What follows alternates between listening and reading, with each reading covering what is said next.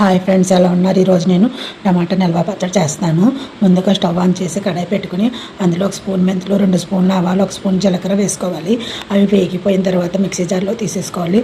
తర్వాత అదే కడాయిలో నూనె పోసుకొని ఆ టమాటా ముక్కల్ని, రుచికి సరిపడా చింతపండుని వేసేసుకొని ఒకసారి తిప్పుకోవాలి. అవి మగ్గుతూ ఉండగా ముందుగా వేయించుకున్న వాటిని మిక్సీ జార్లో వేసేసుకుని మెత్తగా మిక్సీ చేసేసుకోవాలి. ఈ టమాటా ముక్కల్ని మధ్య మధ్యలో తిప్పుకుంటూ ఉండాలి. అవి బాగా మగ్గిపోయిన తర్వాత మిక్సీ జార్లో తీసేసుకుని మెత్తగా మిక్సీ చేసేసుకోవాలి. తర్వాత స్టవ్ ఆన్ చేసి కడాయి పెట్టుకుని నూనె పోసుకుని పోపు దినుసులు వేసేసుకోవాలి. అవి ఎండుమిరకాయలు, వెల్లుల్లిపాయలు, కరివేపాకు, ఆవాలు, జీలకర్ర అవి బాగా వేగిపోయిన తర్వాత ఈ ముందుగా పట్టుకున్న టమాటా ప్యూర్ని వేసేసుకోవాలి.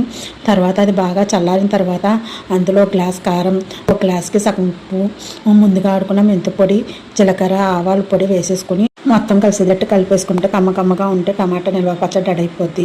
అది అన్నంలో వేసుకు తిన్నా, టిఫిన్లో వేసుకు తిన్నా ఎంతో కమ్మగా ఉంటుంది. Bye. Please subscribe, share and like. Thank you.